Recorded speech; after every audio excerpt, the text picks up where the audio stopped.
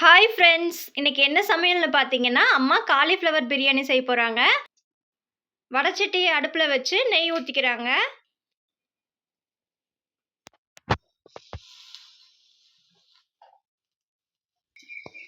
நெய் ஊத்திட்டு ஆயில் கொஞ்சம் ஊத்திக்கிறாங்க. எண்ணெய் காஞ்சது.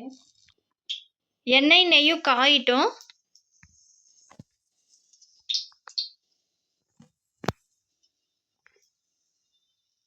எண்ணெய் காஞ்சிருச்சு. இப்ப பிரியாணி இலை, பட்டை, கிராம்பு, ஏலக்காய், அன்னாச்சி பூ இதெல்லாம் போட்டுக்கலாம்.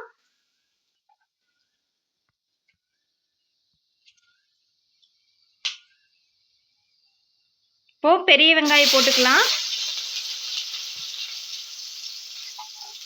பல்லேரி வெங்காயம் போட்டுட்டு நல்லா வணக்கி விடுங்க. நல்லா வணங்கி வரட்டும்.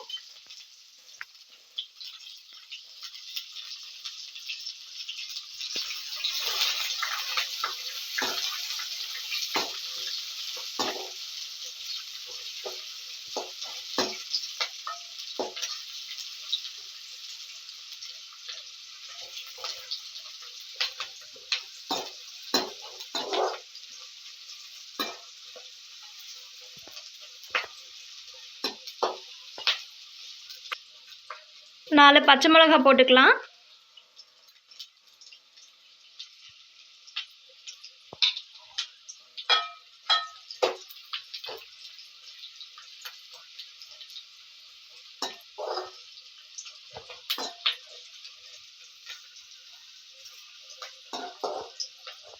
வெங்காயத்தை நல்லா வணக்கிக்குங்க.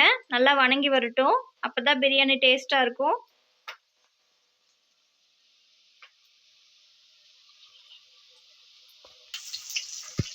வெங்காயம் வணங்கிருச்சு. இப்போ தக்காளி போட்டுக்கலாம். தக்காளி போட்டுட்டு நல்லா வணக்கி விடுங்க.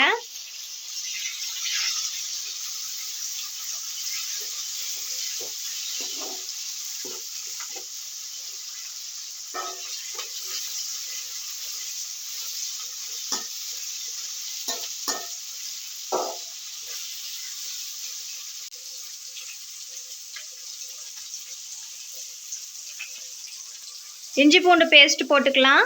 இஞ்சி பூண்டு பேஸ்ட் போட்டு பச்சை வாசம் போகிற அளவு வணக்கி விடுங்க.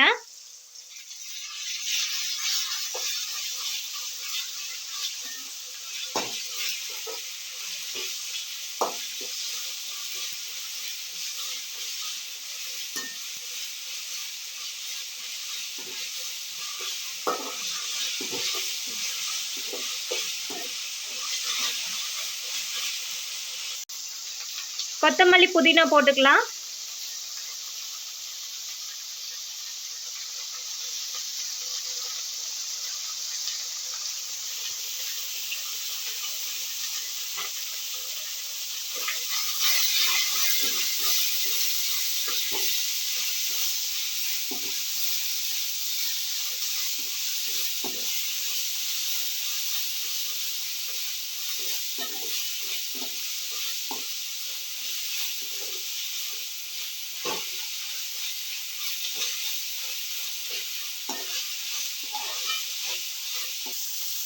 தயிர் கொஞ்சம் ஊற்றிக்கலாம்.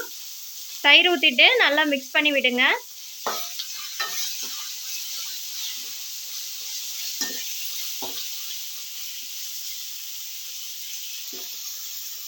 காலிஃப்ளவர் இந்த மாதிரி கொஞ்சம் பெருசு பெருசாக கட் பண்ணி சுடுதண்ணியில் போட்டு வச்சுருக்கோம். ஒரு நிமிஷம் அதை நல்லா வாஷ் பண்ணி நம்ம இதில் போட்டு மிக்ஸ் பண்ணிக்கலாம். இன்னைக்கு காலிஃப்ளவர் பிரியாணி தான் செய்ய போகிறோம்.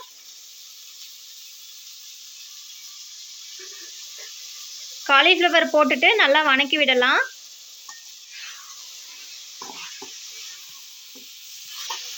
காலிஃப்ளவர் ஒரு நிமிஷம் வணங்கி வரட்டும்.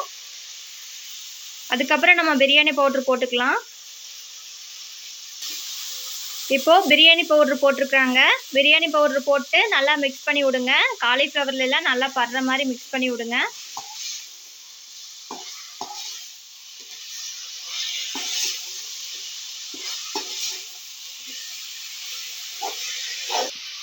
எங்களுக்கு இந்த காரமே போதும். அதனால நாங்கள் மிளகாய் பொடி போடலை. உங்களுக்கு காரம் அதிகமாக வேணும்னா வரமிளகாய் பொடி 1/2 ஸ்பூன் போட்டுக்குங்க.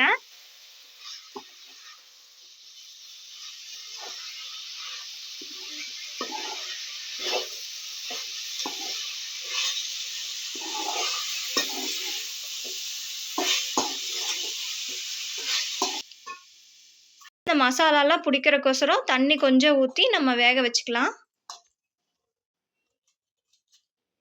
நல்லா கொதிச்சு வரட்டும்.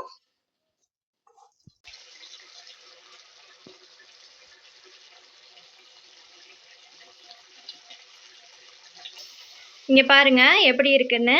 நீங்க காலிஃப்ளவர் போடும்போது கொஞ்சம் பெருசாவே கட் பண்ணி போடுங்க. ரொம்ப சிறுசா போடாதீங்க. அப்புறம் பிரியாணில குழஞ்சிரும்.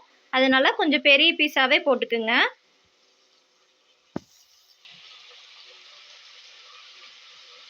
இங்க பாருங்க, நாங்க ஊத்துன தண்ணியெல்லாம் சுண்டிருச்சு. நல்லா பச்சை வாசம் போயிருச்சு. 1 1/2 டம்ளர் அரிசி ஊற வச்சு எடுத்து வச்சிருக்கோம்.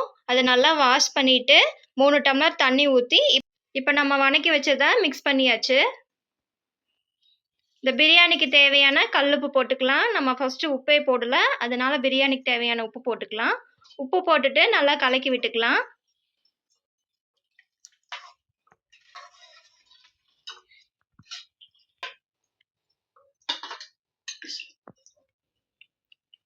உப்பு போட்டுட்டு நல்லா கலக்கியாச்சு. விசில் க்ளோஸ் பண்ணி ஒரு 3 விசில் விட்டு எடுத்தோம்னா காலிஃப்ளவர் பிரியாணி ரெடி ஆயிரும். ரெடி ஆனதுக்கப்புறம் நான் காட்டுறேன் எப்படி வந்திருக்குன்னு. இப்போ 3 விசில் விட்டு எடுத்துக்கலாம். இங்கே பாருங்க ஃப்ரெண்ட்ஸ், பிரியாணி ரெடி ஆயிருச்சு. நல்லா உதிரி உதிரியாக இருக்குது பாருங்க. குக்கரில் வச்ச பிரியாணி அடியும் பிடிக்கல. நல்லா உதிரி உதிரியாக சாப்பாடு வந்திருக்கு. நெய் ஊற்றி நல்லா மிக்ஸ் பண்ணிக்கலாம். Cauliflower biryani ready. நம்ம பிரியாணி பவுடர் மட்டும் போட்டங்காட்டிக்கு இந்த கலர் வந்திருக்கு. வரமிளகா பொடியெல்லாம் போடல. காரம் அதிகமாக வேணும்னு நினைக்கிறவங்க வரமிளகா பொடி போட்டு செஞ்சுக்குங்க. அப்போ தான் காரம் அதிகமாக இருக்கும்.